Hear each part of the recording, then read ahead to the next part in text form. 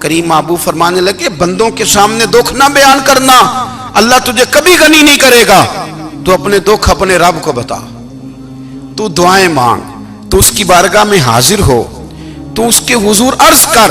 فرمایا اپنے دکھ اپنے رب کو بتا، وہ جلدی کرے یا دیر سے کرے تجھے ساری دنیا سے بے نیاز کر دے گا، تجھے کسی کا محتاج نہیں رہنے دے گا۔ اپنے مسلح کو، اپنی دعاؤں، ایک بزرگ فرماتے ہیں میں نے دعا مانگنے کا طریقہ اپنی بیوی سے سیکھا،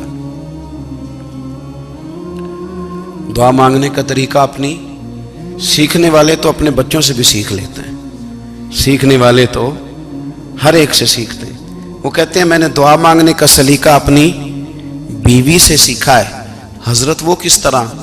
فرمانے لگے میری بیوی نے نا مجھے کوئی کام بتایا، کچھ پیسوں کی ضرورت کے لیے کہا، تو میں نے اسے کہا کہ بھئی ابھی میرے پاس نہیں ہے، کچھ دنوں میں آتے ہیں تو میں دے دوں گا۔ عورتوں کی عادت ہوتی ہے وہ بار بار یاد کراتی ہیں، 2-4 دنوں کے بعد پھر اس نے کہا حضرت وہ میں نے کہا تھا کچھ پیسے، میں نے اسے کہا کہ ابھی میرے پاس نہیں ہے، کچھ دنوں میں ملتے ہیں تو میں تمہیں دے دوں گا۔ اس نے کچھ دنوں کے بعد پھر کہا حضور وہ میں نے کچھ پیسے کہے تھے۔ فرماتے میں نے ڈانٹ دیا، میں نے کہا کہ کیا تو روز مجھے شرمندہ کرتی ہے، کہا نا میرے پاس نہیں ہے، ہوں گے تو دے دوں گا، تو روز یاد کراتی ہے۔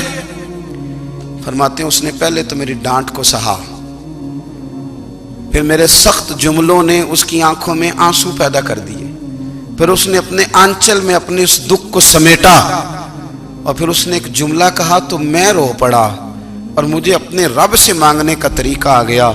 مجھے کہنے لگی حضرت جی آپ نے ڈانٹ دیا، میں نے سہ لیا، پر آپ ہی میرے شوہر ہیں، بتائیں نا آپ سے نہ کہوں تو میں کس سے جا کے کہوں؟